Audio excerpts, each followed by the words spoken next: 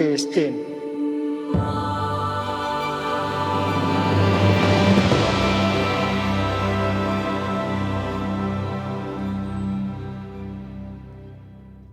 Hello, dear listeners, and welcome to a special episode of the podcast series, The Way Out is In.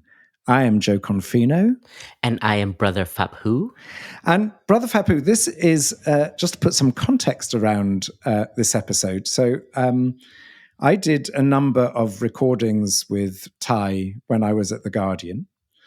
And unfortunately, the IT department wiped my computer before backing it up. So I thought I had lost them all. But it turns out that there was one that has reemerged, which is the last interview I did with Thay, which was in what was called his Toadskin Hut down in the small hamlet of Sangha, which is very close to Upper Hamlet.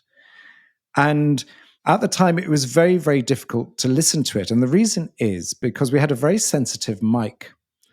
And we put the mic on the table in front of Thay. But just before we started, Thay got up because he'd made us tea, and he went up to get us some biscuits. And he put the biscuits down next to the microphone. And there was a fly in the room, and the fly kept on coming to the biscuits and flying off and kept on coming back and back. And it didn't seem to be making much sound, so it was fine. But then afterwards, basically throughout the recording, it's zzz of the fly coming back and forth. And actually just to hear at that time, because this was 10 years ago, so this was on the 30th anniversary of Plum Village, it was very, very difficult to even transcribe it. But now, thanks to technology, and particular thanks to our podfather producer, Clay, who has works for Global Optimism, does all the Outrage and Optimism podcasts, and also produces all ours. So, Clay, thank you to your wizardry. We have been able to clean up this recording and are able to bring it to you, our listeners, because it's the first time. It was a couple of weeks ago, it was the first time I had actually heard it for 10 years and in a way that I could understand it all. And for me personally, it feels like a very precious recording. It's Thay was very relaxed. He actually, what I love about it, he chuckles the whole way through. It's not often you hear Thay, Thay sometimes will laugh, but actually throughout it, you'll hear him laughing and chuckling. And also because we cover so many interesting topics, talk about the environment, climate change, civilizational collapse. But also I was a bit cheeky, Phap, because I also asked Thay about how his practice was. I said, you always ask other people how their practice is, but what is your practice like? And and where are you focusing your practice? And he gives this beautiful answer about the fact that this is never complete. He said, love has no frontier. And also, again, in a cheeky way, he was 86, I think, at that time. And so I asked him about his own passing and about how he felt about. I remember I said, Thay, you look in the peak of health, but you're not going to last that long. How are you feeling about that? So we cover a range of topics, and also the interview includes the voices of a couple of now elder monastics, Phap and Phap, who at the time were sort of much younger in the practice. Phap, who's now very clear and erudite in his teachings, sounds beautifully hesitant in the way he responds, because Thay gives them a question to answer. So it's quite nice to hear Phap from 10 years ago, seeing how he answered it. And we start off with a conversation, actually, about where Thay uses the symbolism of the Prajna Monastery in Vietnam.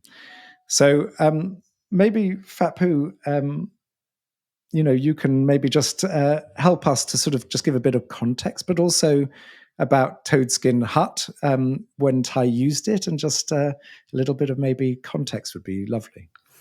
Yes, so let's speak first about Toadskin Hut. So in Plum Village, we have three hamlets: Upper Hamlet, Lower Hamlet, and New Hamlet.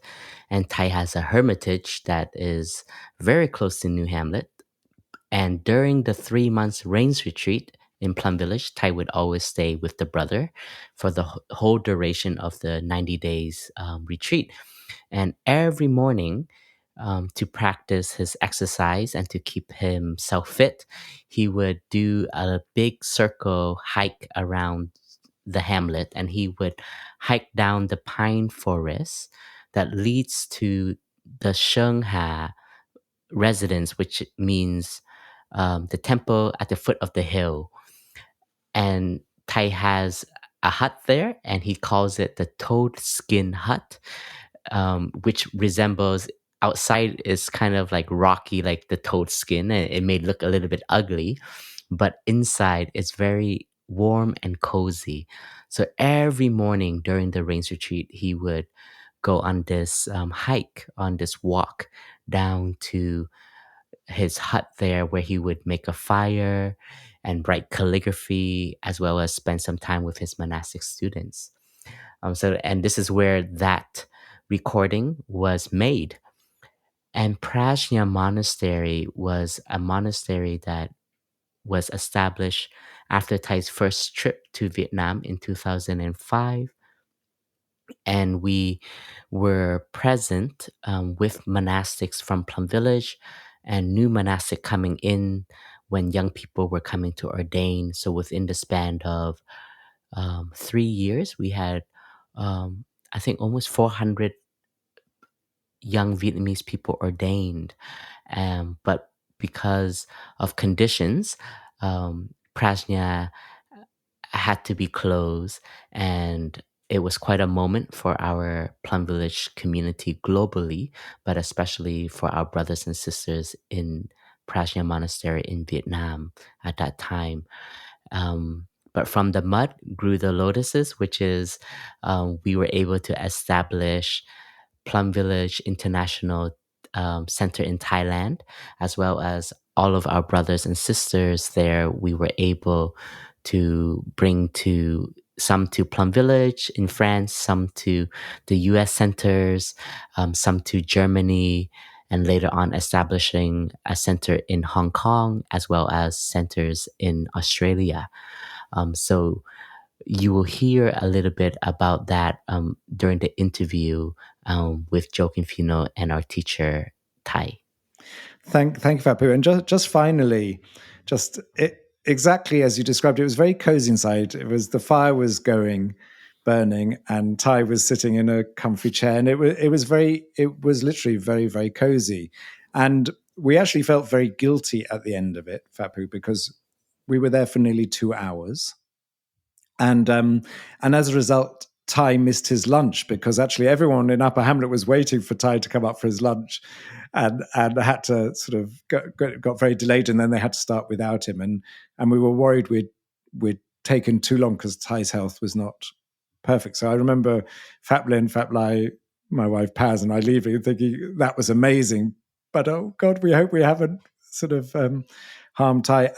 But as we left, we looked through the window, and Thay had got up very quietly and gone to his desk where he was doing the calligraphy. And as we passed, we saw him drawing a Zen circle with his calligraphy pen. And it was just such a precious moment to see that Thay had been very present for nearly 2 hours interviewing and then had just got up so gently and then drew this perfect Zen circle. And I thought, wow, Zen master at work. So, dear listeners, we hope you enjoy this precious recording of Thay, relaxed, insightful, open, and being Thay at his very best. I'm eager to ask you questions. You can see. Is it okay to start asking? Yeah. Did you see the sheet of paper I wrote? Have you seen that or in advance? That Yes, I wrote some questions in advance. Yeah. I didn't understand very well. No. So thầy Phap Linh and thầy Phap Lai will help me to answer. Great. Please go ahead. So when I was here last year, I read your book on the Batna Monastery, the koan, and I read it again this time about how each official did not act and why not. And I've been looking again at issues like climate change and the fact that the last year there's been very bad weather, extreme weather, lots of problems, and yet still nobody is acting. And so the first question I wanted to ask was, in a sense, that koan of why nobody acted to stop the harassment of Batna is what you think is the reason why no one is still acting on climate change and the destruction of the environment. No one is acting on that, but they are not acting on many other things. They have many problems. Their relationship with themselves, their relationship with the other person, their family. There are many problems, but they don't act. So it's easy to see how they don't want to act on the environment. Even the suffering, they don't act in order to handle the suffering. So if we expect them to do something for the environment, it might be too much. Because the most necessary things for them to do, they still don't do it. Like understanding themselves, taking care of the suffering. They're afraid of thinking about their own suffering, their own problems. Why should they have the courage to think about the suffering of the earth, of the environment? They try to not to think about it. Like a camel who doesn't want to realize that there's a lion in front. So they just look into the sand in order to see only the sand. So that is the attitude of many. We are afraid. We don't want to see the truth. And if they saw the truth, what impact would it have on them? When they see the truth, it's too late to act. Yeah, I think that's true. It will be too late.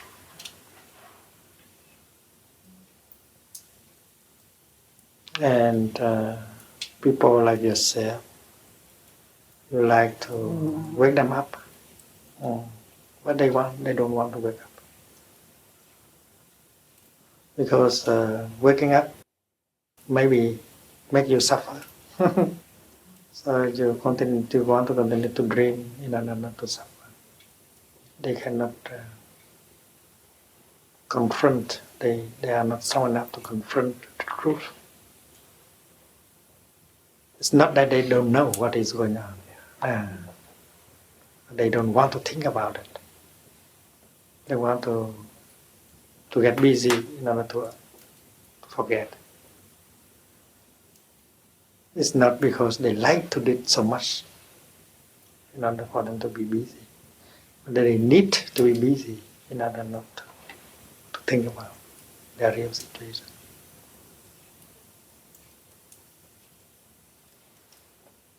We've had this year we had the Hurricane Sandy in New York, and even that hasn't had a big impact. So do you think we'll need a real disaster to wake people up, or do you think that will make people hide even more? What do you think might change the balance? If you if you show them the truth, if you bring them a film or something like that, evidence, to convince them that the situation is like that, they might not like to. They might have some time to look at what you want to show them, and so. But after that, they go back because they don't want to think about that, and that is the situation. Not because they are not intelligent enough to know what is happening, but they don't want. That is the situation. I think maybe there are other approaches like to show them something else, not reality, not that kind of reality, but another kind of reality. Show them a person who is happy, who live relaxingly, and who is happy. And that person does not need a lot of money, power, or anything. And try to make them experience a little bit of that kind of happiness. And if they can taste the happiness of relaxation and peace, and then maybe they will change. And they will see that it's not worth to continue this path of money and power. And when they have tasted a little bit of peace and love and relaxation, they may wake up and abandon everything in order to follow. So if they are still themselves, whatever you tell them, they will change. They will not change. And if you try to change them, and then that may be the only thing to help. So bring them to a place where there is happiness. Bring them to meet a person who is truly happy. And that is their chance. Because they think that there's no other way than the way they are going. And that is the purpose of education. You are the minister of education. You have to show people like that. Then you bring awakening. If you are a minister of the environment, and even if you prescribe the right path to save, they still don't listen. Even if you try to make a law to forbid things, they will try to go around and do it other ways. So maybe trying to show them something else. You can be happy. You can be relaxed. You can heal yourself.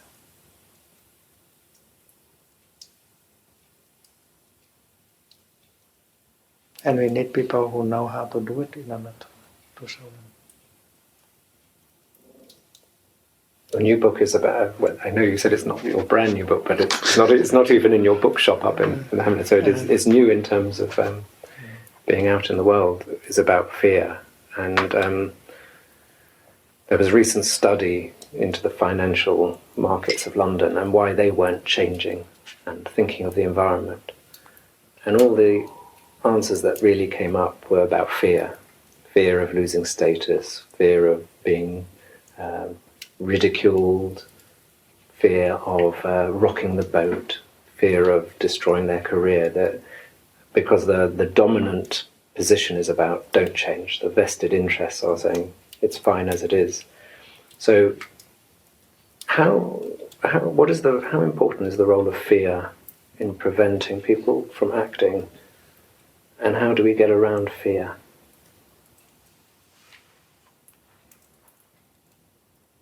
The shooting that took place in Newtown a few days ago. That is because of fear. If you buy a gun because you are fearful, don't feel safe.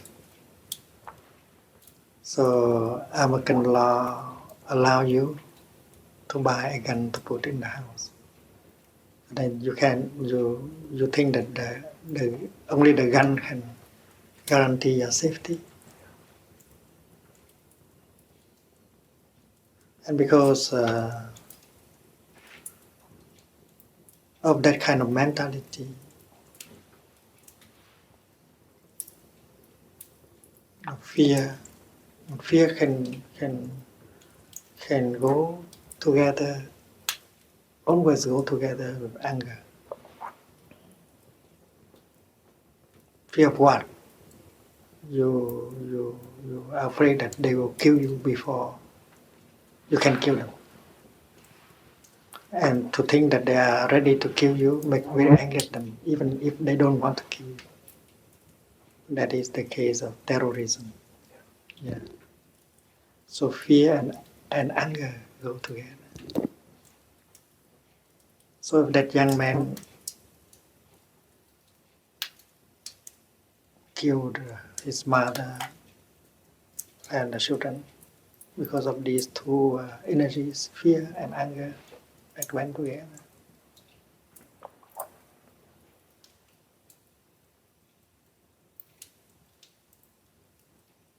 And in that kind of anger, they don't discriminate anymore on who is friend, who is enemies, and they are blind and they just kill.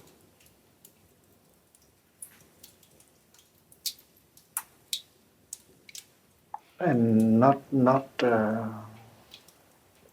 people like him, not only people like him acted like that, but the national policy about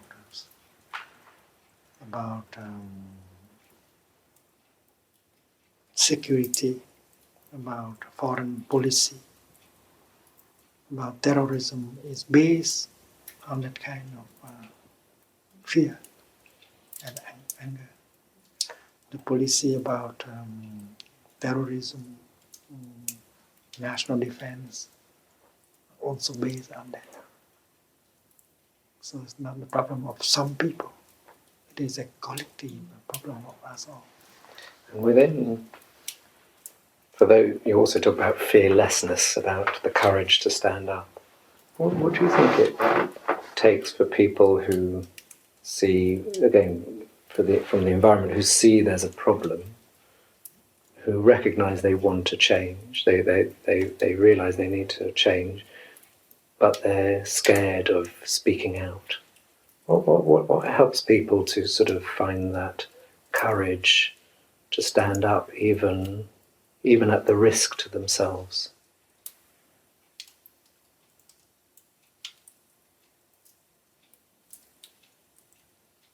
You have the courage to do it because you have compassion,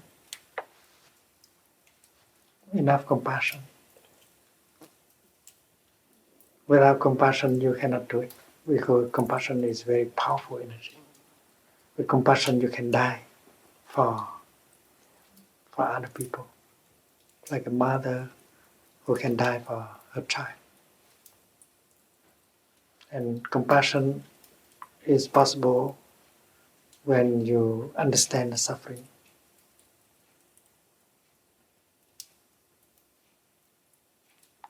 And then you also have insight, because compassion is born from insight. First of all, insight about suffering, and also insight about happiness. You have the courage to do it, to say it, because you are not afraid of losing anything. You are not afraid of losing fame, situation, because you know that that is not the foundation of your happiness. The foundation of your happiness is understanding and love. So if you have that insight and that you live by that kind of insight, you are not fearful anymore. But if you still have a fear of losing your status, your position, your house, and so on, you will not have the courage to do it. And if you have experienced some happiness, some happiness like love, understanding, if you know that happiness is not these outer conditions, we know that happiness comes from our mental insight. You know how to be happy. You know how to recognize the real conditions of happiness that you have. Then you are not fearful anymore. You don't need to be afraid. Suppose we talk about Plum village. If they come to Plum village and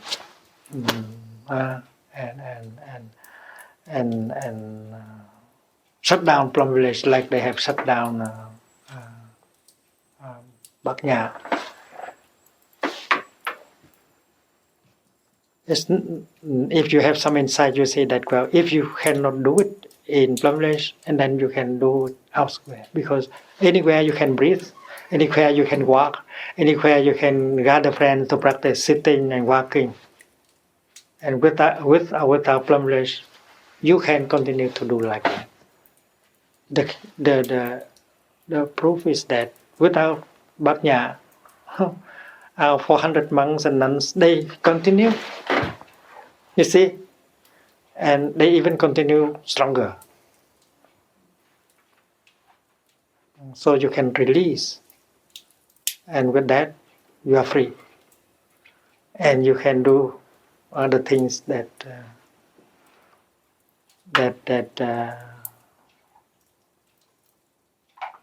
other people who care so much about outer conditions of happiness cannot do. And that is not talking alone or listening alone that help. We have to learn how to live like that without fear. We have to be strong enough. We have to got the power of love, the power of giving up all these things, and the power of understanding. 3 kinds of powers that are not money or status, things like that. The power to love, the power to give up, to cut off from these sorts of afflictions, the power to understand the suffering and the suffering of the other person. Cultivating true powers. By the way, we have to talk to the people, to write in such a way they can touch their heart. They can show them that happiness, true happiness, is possible. Because we should not talk in terms that this is what we should do, that is not we should not do for the sake of the future. We should talk to them in such a way that touch their heart, that help them to see the path, so that they can, in their turn, let go and engage on a path that can bring them true happiness, the path of love, understanding, and the courage to to release if needed. Like the Buddha, he had so many things, But that did not make him happy. So he left everything and became a wandering monk. And if you try to persuade him to go back, to use these facilities to change the society, he would not say, agree. He knows that he can change society better being a monk without no political power, no army.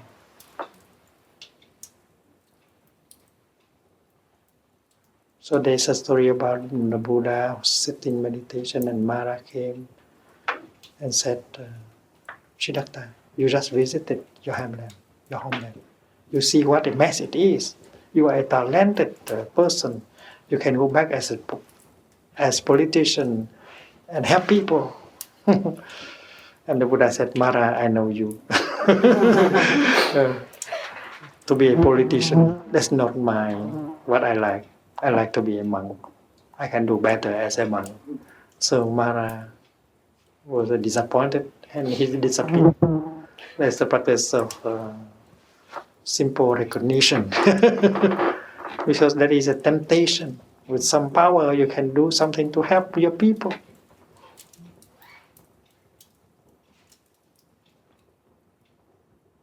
And the Buddha had at that time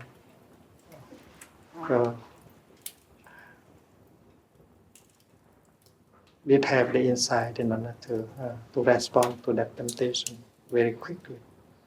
He just smiled to Mara. I know you are Mara. I'm not be fooled by you. So the temptation of power. And they say that it's not that make you happy, but that is a way so that you can serve the world. Political power. So how do you think the best way is of getting that message out? So if it's not from the political sphere, it sounds though it's going to come from a grassroots movement, sort of a movement of the people. What's the best way of giving that message out there, which is the message you have? What's the best way of communicating to people so that it really creates change amongst a lot of people rather than just a few?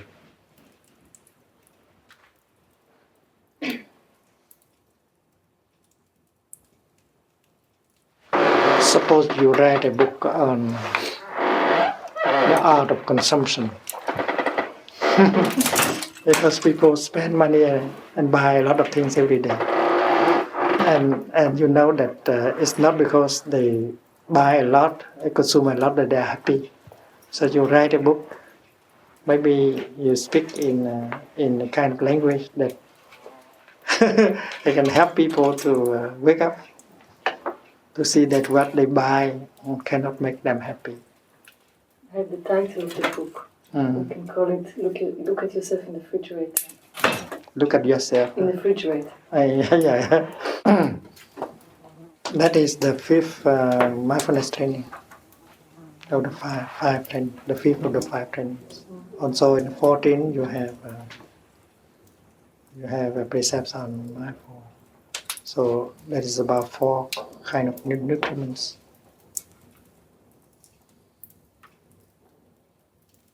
And many people consume in order to cover up their suffering. And that does not help, because during the night these kind of things come up and they suffer hell. So tell them how to consume and what to consume, so that they get the healing.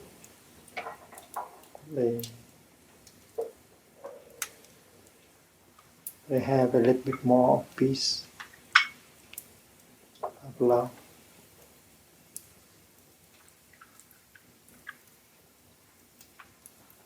Like when we do walking meditation, we consume in the light of in the context of modern civilization. To walk like that is a waste of time. You don't do anything, you don't talk, you don't think, you just walk like that. It's a waste of time. Time is money. So you consume time. But for us, this is good consumption because we allowed our body to relax, our mind to relax, to rest. And every step we touch the wonders of life, rest, refreshing and healing elements of life, the air, the green, and sun. So that is good consumption. And after half an hour of walking like that, you feel refreshed, restored. That is consumption. And that does not need a lot of money. Does not need any money at all. But people don't consume. We are not against consumption. You see? So tell them how to walk from the parking lot to the place where they work. Walk in such a way that every step can restore their peace, their joy, their love for life. Teach them how to stop their thinking. And is it also important, Thay, a lot of people I speak to in the world of business and in this area say there's a disconnection between people's lives and the impacts of their lives. So you buy something and you don't know where it comes from, you don't know who produced it, you don't know the conditions of those people. Do you think there's a problem with the fact that people live their lives but they're so disconnected, they're so isolated from the world around them, and whatever they do, they don't see the impact? So in that book, The Art of Consumption, you tell them how to eat, the art of eating. Because instead of thinking and talking a lot, you stop talking, you stop thinking, and you try to eat to properly. You look at the food. You get in touch with a piece of carrot, and you get in touch with the soil, the water, the rain, the sunshine. You get in touch with your Mother Earth. And eating is in such a way that you feel in touch with true life, your roots. And that is meditation. And meditation here is very present. And you have a habit of eating, and you should be shown another way of eating, so that you can see how the piece of carrot has come to you. You see? So that's the 5 contemplations. In the beginning of our meal, we read it, but during our meal, we contemplate on it, not just in the beginning. Well, like stopping the thinking, and we chew every morsel of our food in that way. We get in touch, and we become grateful. And when you are grateful, you are happy. Yeah, when you are grateful, you are happy. As far as you are grateful, you can still be happy. And that is not only true with the food, but with everything. Like when you sit with another person, the person in front of you, whether a friend or a partner, you have to see the background of that person, where that person has come from. This morning when Thay touched the earth, he did not touch the earth as one individual. he saw a lineage of ancestors, blood ancestors, and spiritual ancestors. He sees himself as a Sangha, four Sangha, and he touched the earth as a huge community, not as an individual. He does not see himself. He sees a whole lineage.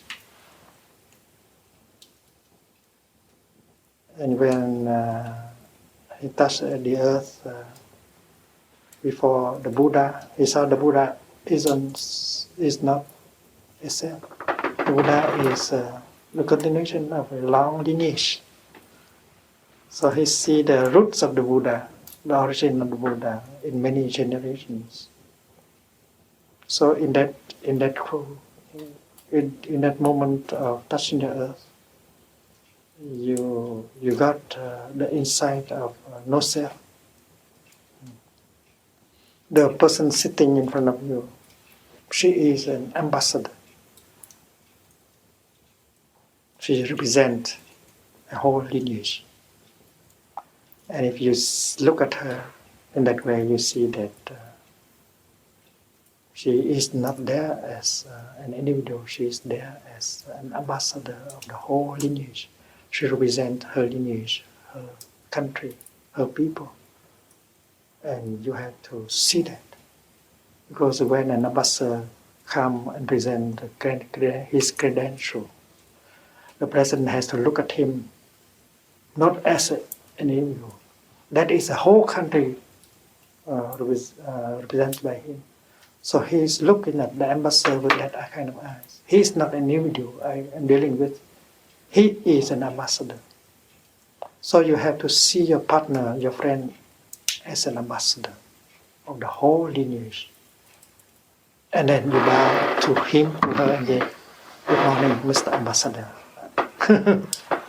And with that, you can deal with her with respect, with admiration, because the talents, the virtues of many generations are in her. And when you talk to her, you talk to all generations in her. You don't talk to her as a self. You talk to her with respect, because there is a Buddha in her also. So that's the way you look at a person. Maybe a pine tree. A pine tree is made of many generations, and there is the moon, the star in her.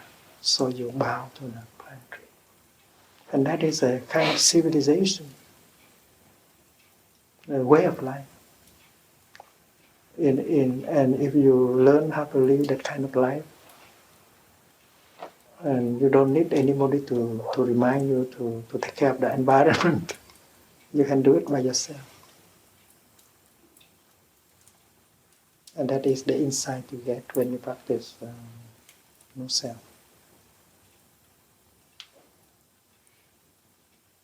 So we live that kind of experience. We live our daily life like that. And everything we say, everything we write down, will be able to touch the heart of people. Because you write from your own insight, and not from ideas you get from another person. So writing that book, so that is a practice, the art of consuming. And then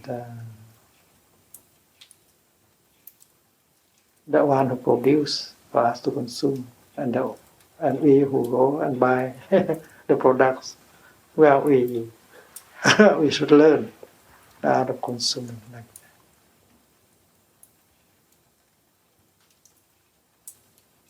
that. Shambhala Sang, have you seen the article in the Shambhala Sang? Recently? Yeah. A recent one? Yeah. Oh no, I The haven't. most recent one. Andre Miller came a few weeks and stayed in New Hamlet. And she went back and wrote an article on how the people in Plum Village practice the 5 mindfulness trainings. Not how they teach the 5, but how they practice the 5 mindfulness trainings. And they talk about the way we eat, what we eat, the way we sit with each other and things like that, the way we consume and so on. It's a good article because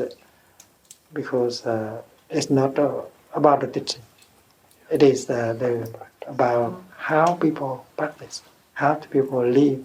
If you 100 people living together and express their way of living their insight.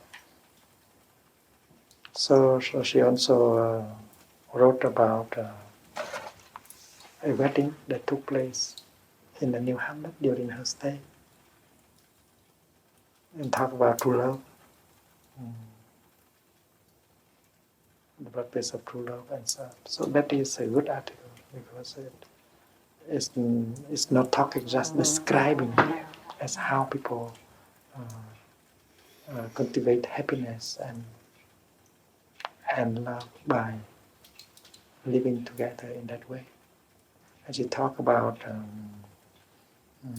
the internet, consuming about mindfulness in the computer, not having a individual email address, because none of the monks here have. She learned, and it's a good article. I think people love to read this, but her readers are mostly Buddhist.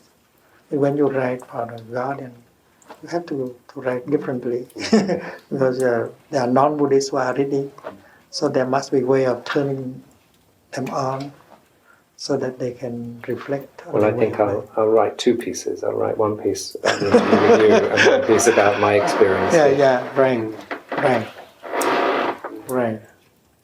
So I'm just wondering, on the, I was listening to the 14 mindfulness trainings this morning, and there were, in 3 of them, it talks about action, about, I think where you talk about applied Buddhism. So it says, don't invest or purchase from companies that deplete natural resources, harm the earth, and deprive others of their chance to live. And then in 2 of the others, it says, speak out against injustice. And then another one, a clear stand against oppression and injustice.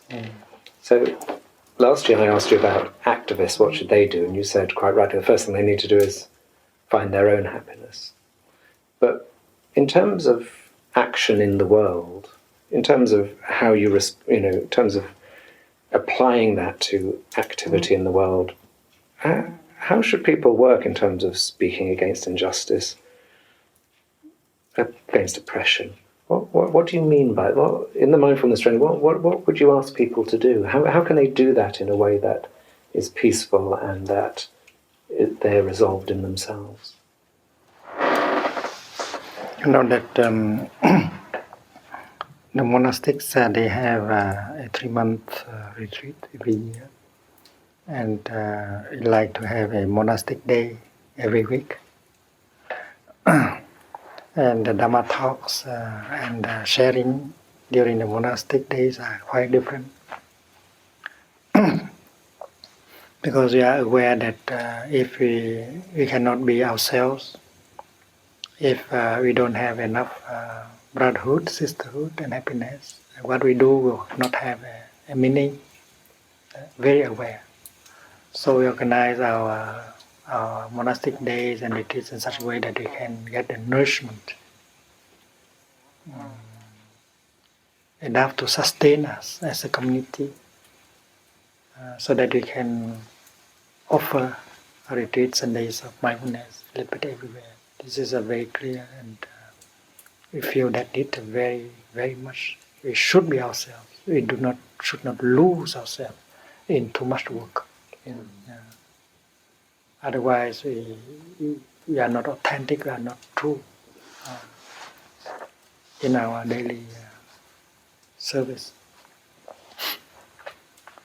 The problem is not to do a lot of things, but to do things come and fall rightly. And we should not have the feeling that we do not do enough to help.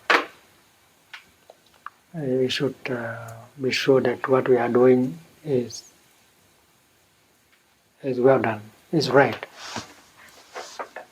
And with that we can be peaceful, because whatever we do will profit everyone. Even if just sitting, do sitting meditation or walking meditation. Because if you do walking meditation right, and then you get the nourishment and healing in every step. And not only your ancestors in your profit, but the future generation will profit. Without that, you cannot do anything. So every step is the basic practice. Every breath, every sitting should be true, should be nourishing and healing.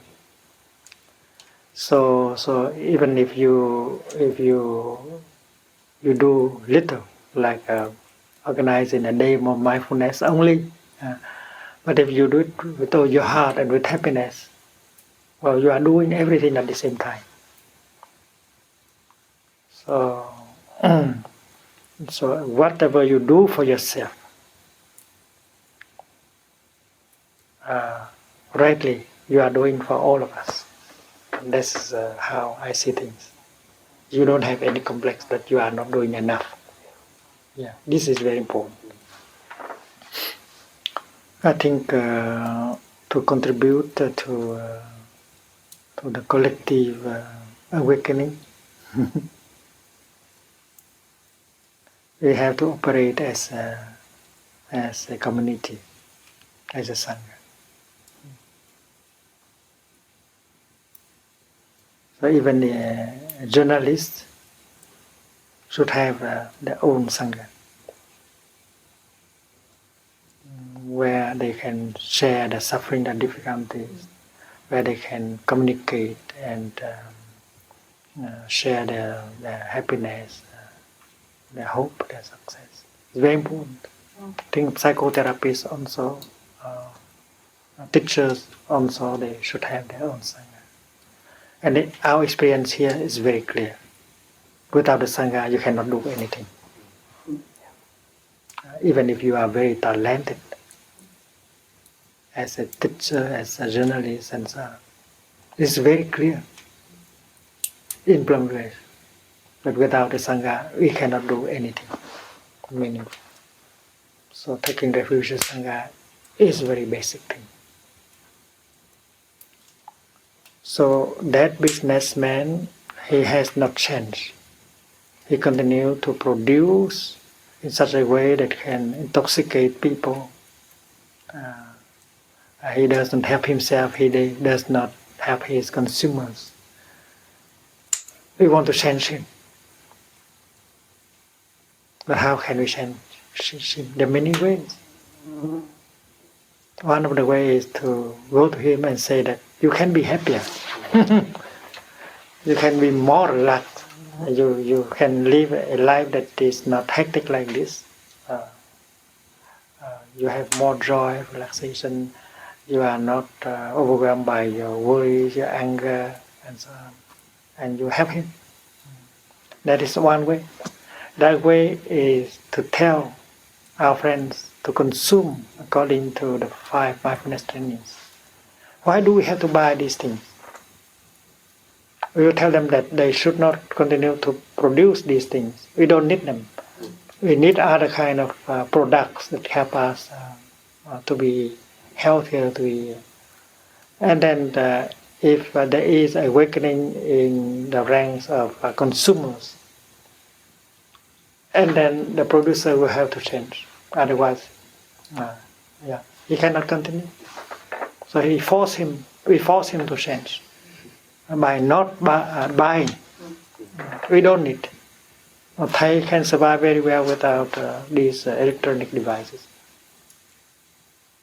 and he survives better without them.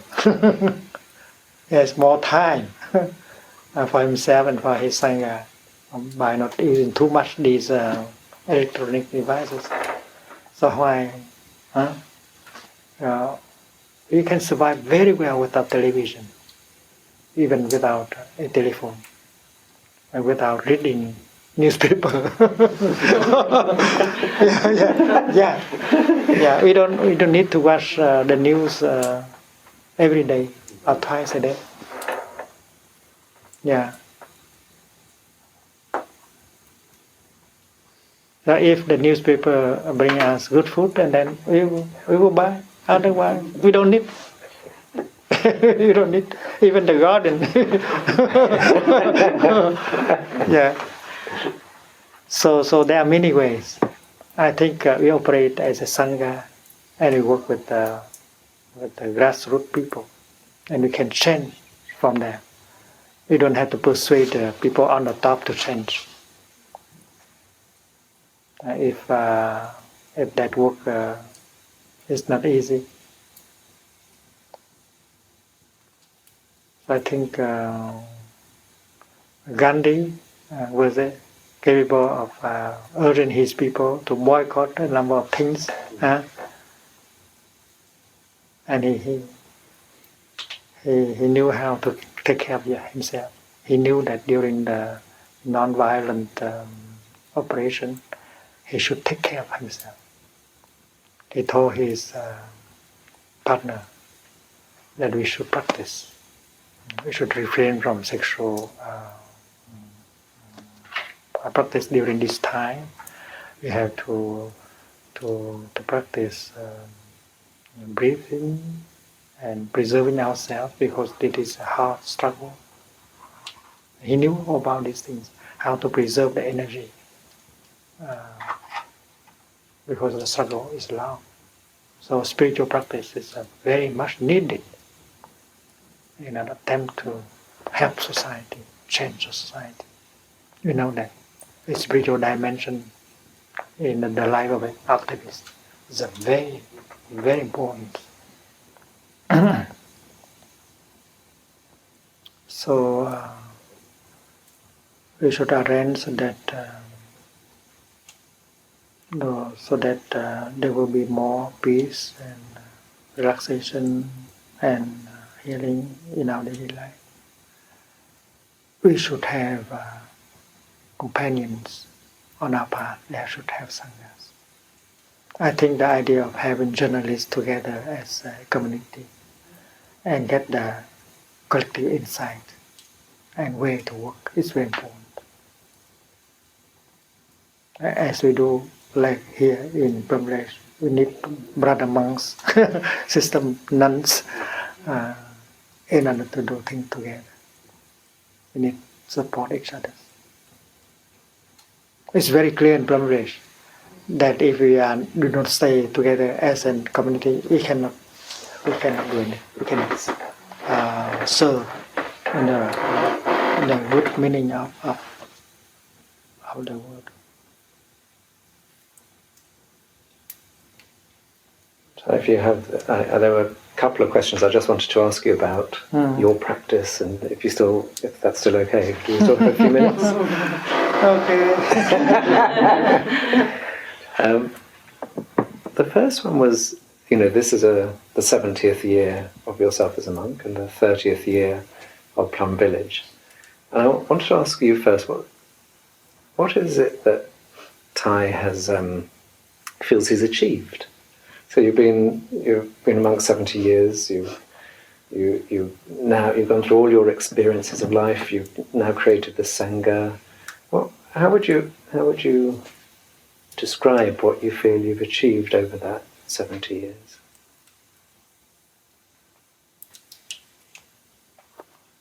There's not much that we have achieved, except some peace, some contentment inside, which is already a lot. We should not think of the achievement in terms of the work we do, because there are more of means than the end. I think every time we sit as a community, we feel happy. Because we are a community now. And the community is everywhere. We are very present in Vietnam. Even physically, we cannot express ourselves publicly, but we are very present in Vietnam, in China, in many places. The practice, the spirit. Now you have opened up a path of practice that can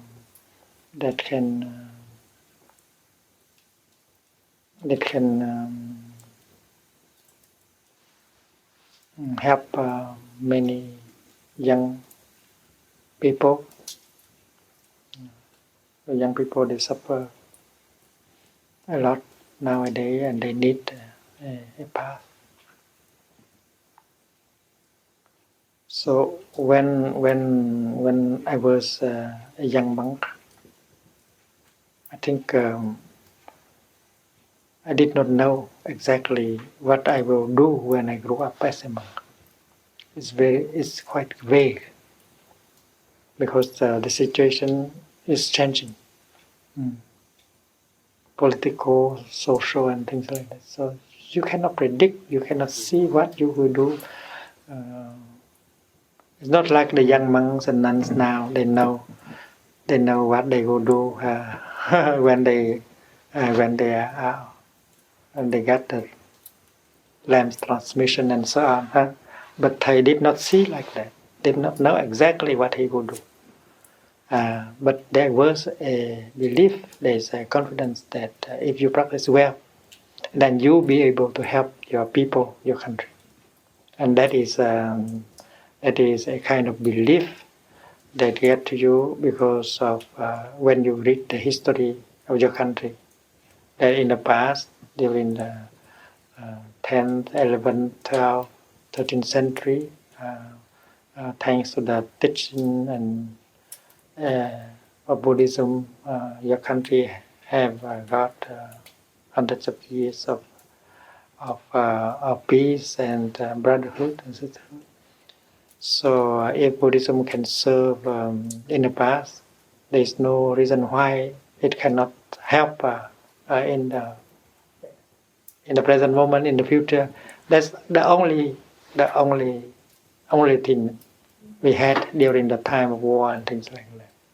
So engage Buddhism and social service and things like that were born from that kind of belief. You can renew Buddhism and help.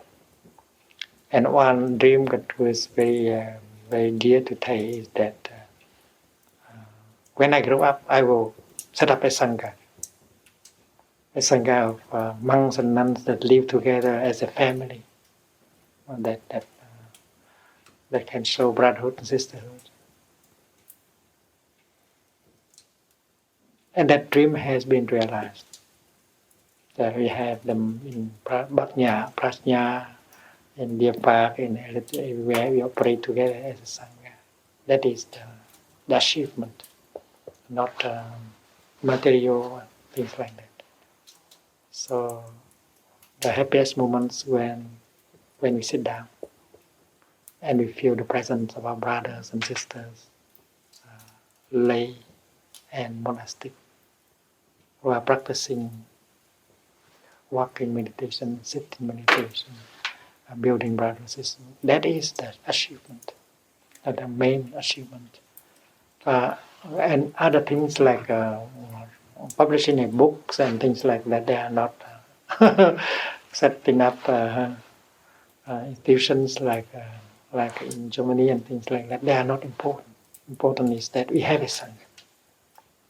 And the insight came that the Buddha of our time may not be an individual. It might be a Sangha. If there is a love and harmony in the Sangha, that is our new Buddha. And each person can be a cell in the body of the Buddha, the new Buddha. And that is possible.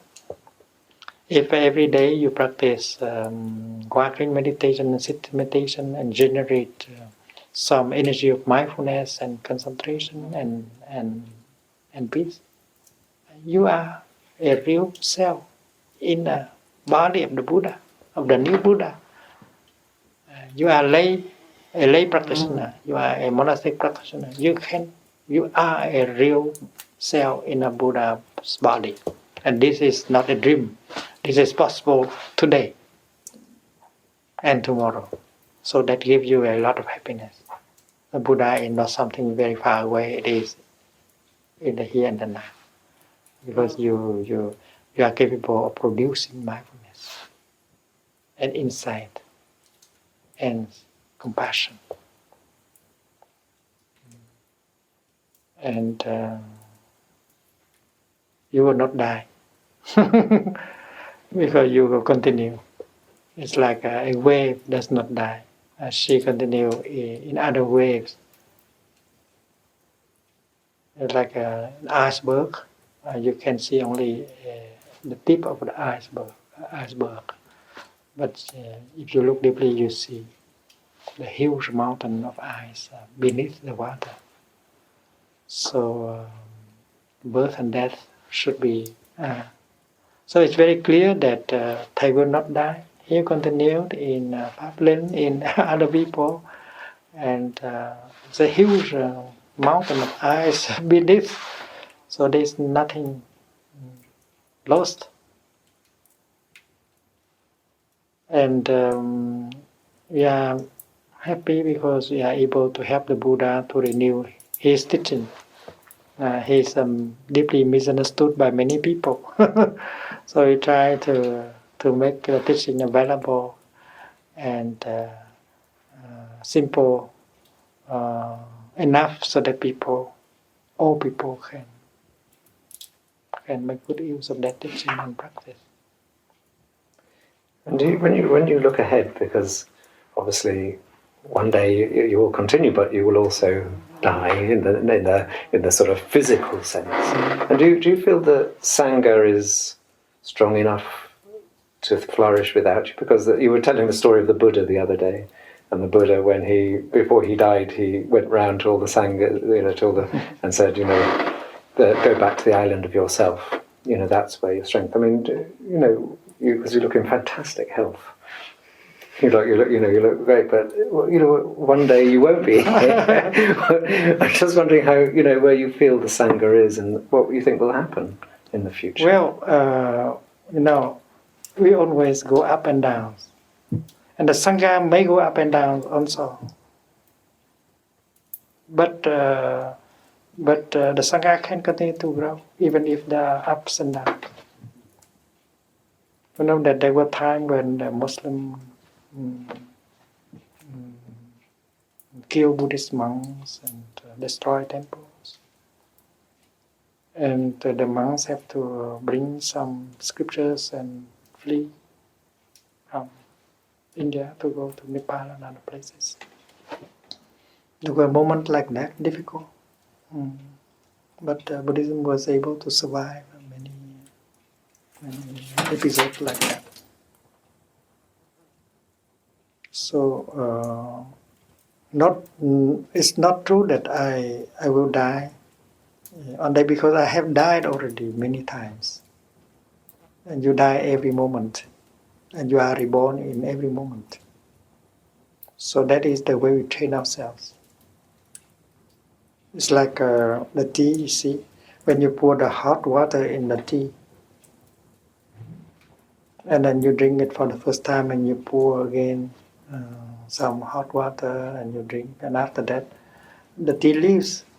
Although they are there, they are in the pot, but they have gone into the tea. And if you say that they die, it's not correct, because they continue to live on in the tea. So this body is just a residue. It still can provide some tea flavor, but one day there will be no tea flavor left, and that is not death. That's not death.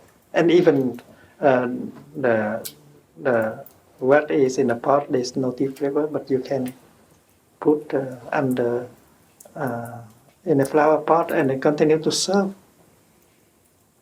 So we have to look at birth and death like that.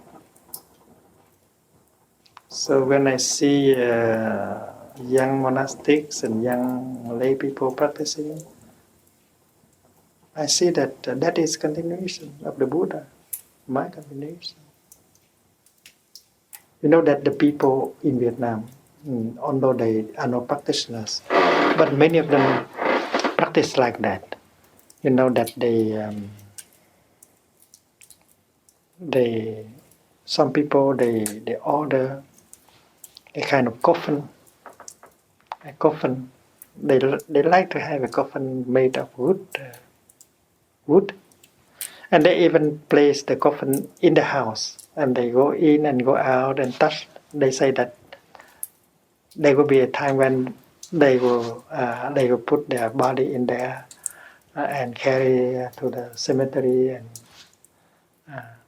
so they are not afraid of dying. They prepare like that, and then they sit on threshold of the house and they watch their children playing in the sunshine, and they see themselves in the children as their continuation. They did not practice meditation, and they can see their continuation, their no birth and no death.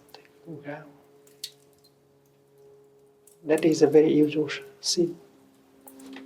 When the children grow up healthy, they see them in the children. And not only something put in coffin. And the other day on the continuation day, they sent a message to the Buddha temple, and they said that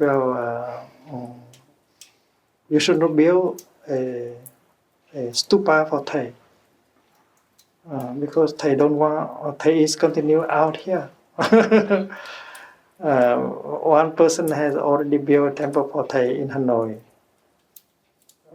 So I recommend that they make the inscription outside on the front. I am not in here. And then if people don't understand, you add a second sentence. I'm not out there either.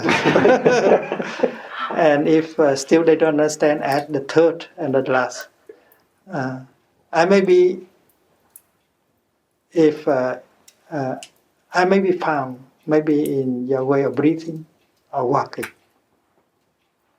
I'm not in here. So that the root temple has received that message. I said that God don't waste the land of the temple in order to build me a stupa. Don't put me in a small pot and put it in there. I don't want to continue like that. It's better to put the ash outside to grow, to help the trees to grow, things like that. That is meditation.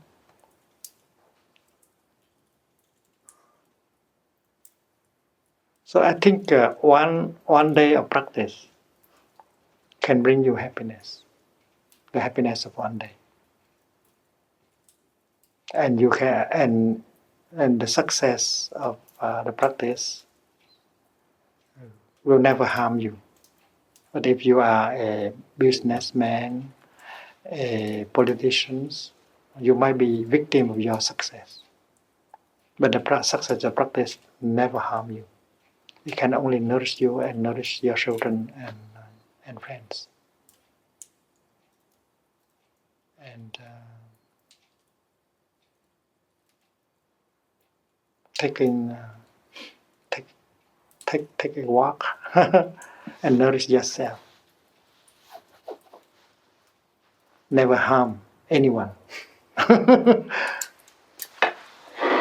Just two more quick questions. One is, or slow questions. One is, how are you still deepening your practice? Because everyone in the Sangha looks up to you as you've reached this wonderful level of realization or of calmness, of the ability to, someone said, you never put a step wrong. So how do you see, do you feel you've reached the end in terms of your own knowledge, or do you feel there's endless amount to still learn and develop? Yeah, that is true. Because in Buddhism we speak of love as something limitless. The four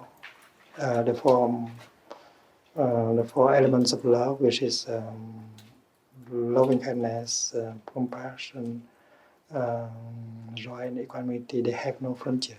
Love without frontiers. So that is true with your practice, your achievement. I think the Buddha is thinking like that. Even if they call him the perfect one. But that is out of love, they call that. But we can never be perfect. But we don't need to be perfect. That's the good thing to know. You don't need to be perfect. And if you make a little bit progress every day, a little bit more peace and joy every day, that's good enough. Yeah. So Thay's practice, Thay continue to practice. And his insight grow deeper every day. It's like the teaching of I have arrived, I'm home. It was of many decades ago. But it's still deepening. Like the other day, Thầy gave the talk about go home in the here and the now and heal yourself. Insight continue to come and make you understand deeper the teaching and the practice. When you look at people around you, you see them as ambassadors and not individuals. You have respect. You know that they are you. The person who is coming, you know that he is you. You are him. And when you touch the earth, you touch as a lineage, as a community, and not as an individual. There are people who are pleasant, and there are people who are less pleasant. But your practice is equanimity. You try to love them equally. Even if they are less pleasant, then you try to give them a little bit more of your time, so that you can practice equanimity better. So you make progress every day. And if Thầy has this body has 100 years more to live, he will continue the practice like that, to learn how to love better, to understand better. There's no limit of the practice. And I think that is true with the human race. We can continue to learn generation after generations. And I think it's time for us to begin to learn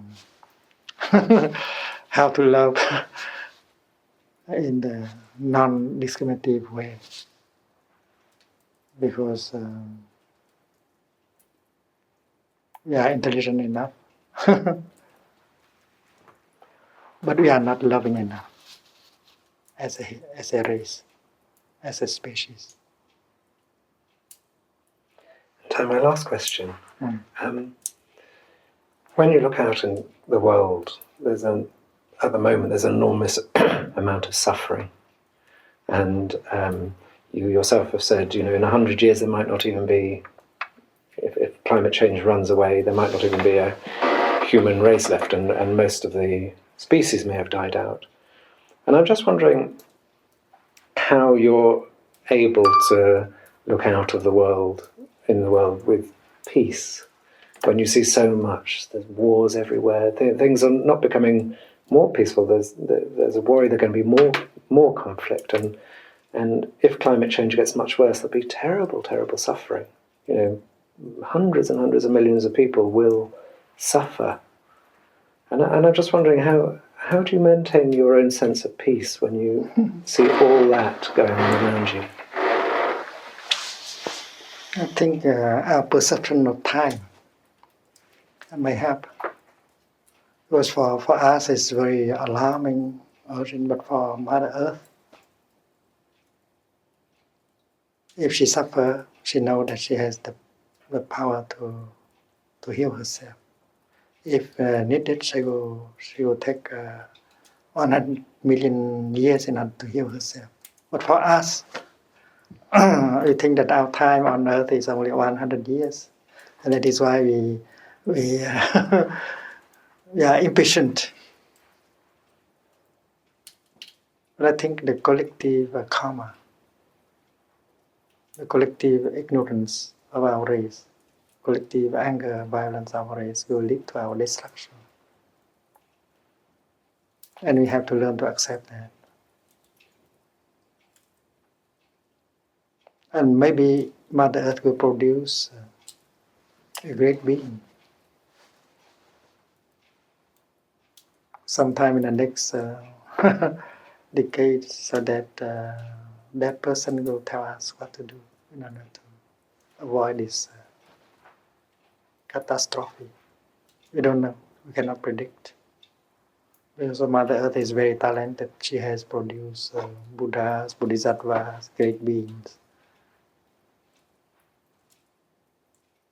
So taking refuge in Mother Earth and surrender to her and ask her to heal us, to help us, or maybe our practice.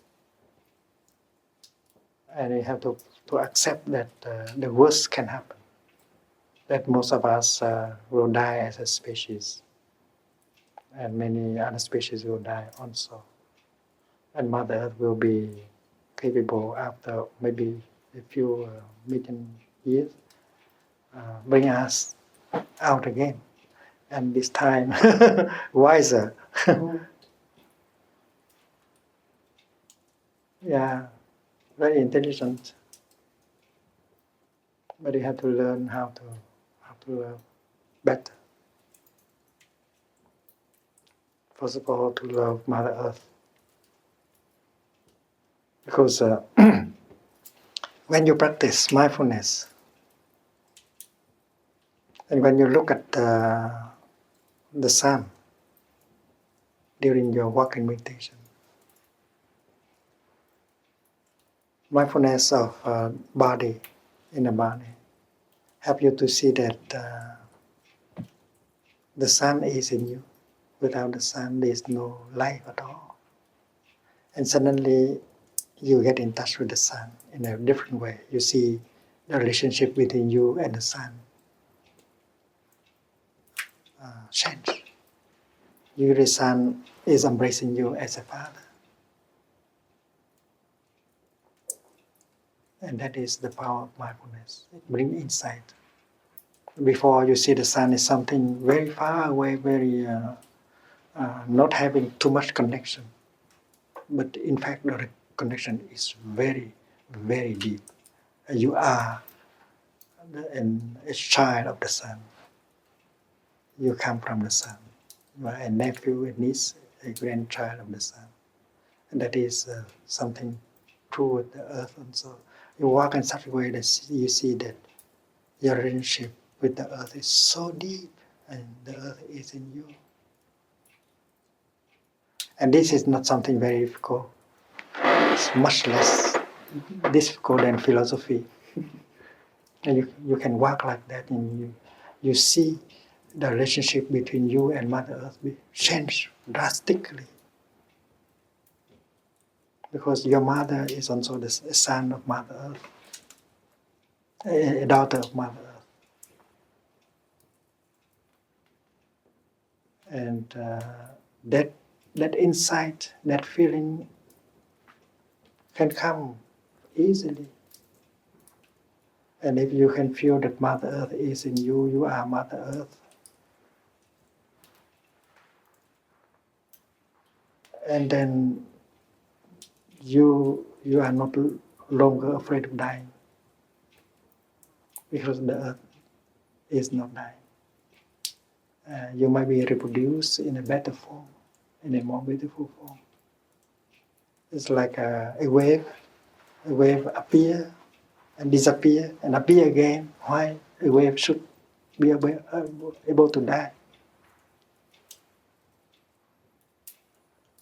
So that kind of insight can come once you have a good relationship. And I don't think that you need to be a philosopher in order to feel that way. Every one of us can see the connection. So good education can help us feel the connection between us and the sun and other living beings. And I can feel a lot of peace and happiness also by having that kind of relationship. I think when your relationship with the earth improve, your relationship with your partner also improve naturally. With your brother, your sister improve naturally. So the next retreat for school teachers, we should tell them to help the children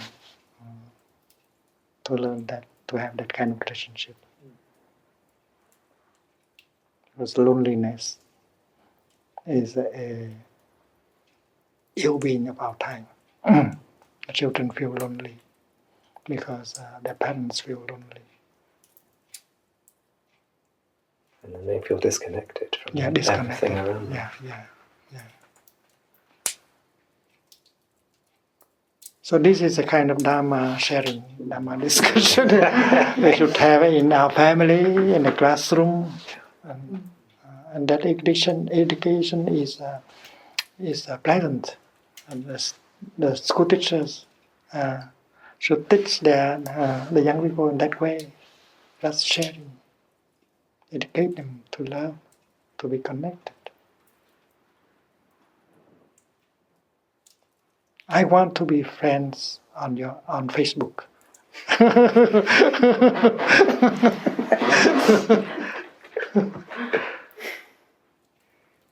There's a need to connect. Thank you very much. Thank you very much. Dear Thay, thank you so much for your time. Really, really appreciate it. You would not be with us for Christmas? No, we're leaving on Friday. Oh, I see. But Thay, just to say, we feel so nourished here. I mean, it's just such happiness to be here. And it's everything you teach, everything you say is what I feel. You know, it's coming back to myself, coming back to ourselves, feeling nourished, coming back to a very, very simple life and realizing that's actually where I'm happiest, is when things are at their most simple.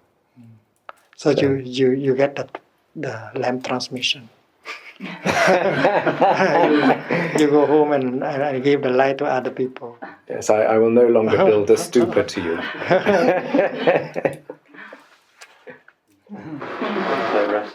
Thank you so much for all your time. Really, it's a great blessing. Thank you. Have some more tea, hot tea.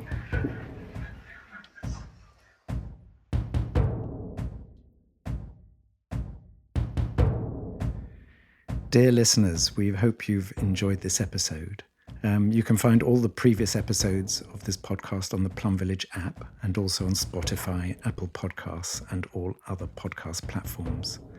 And if you like what we're doing, please subscribe to The Way Out Is In. And it would be lovely if you feel able to leave a review to help others discover us and to also gain from listening.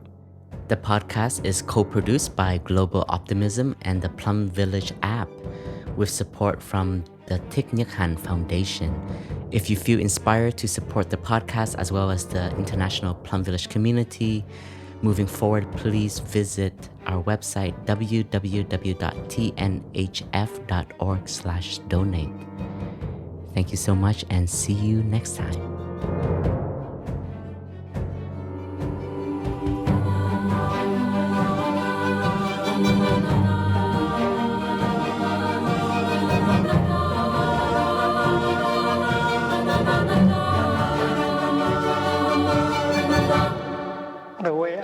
is in.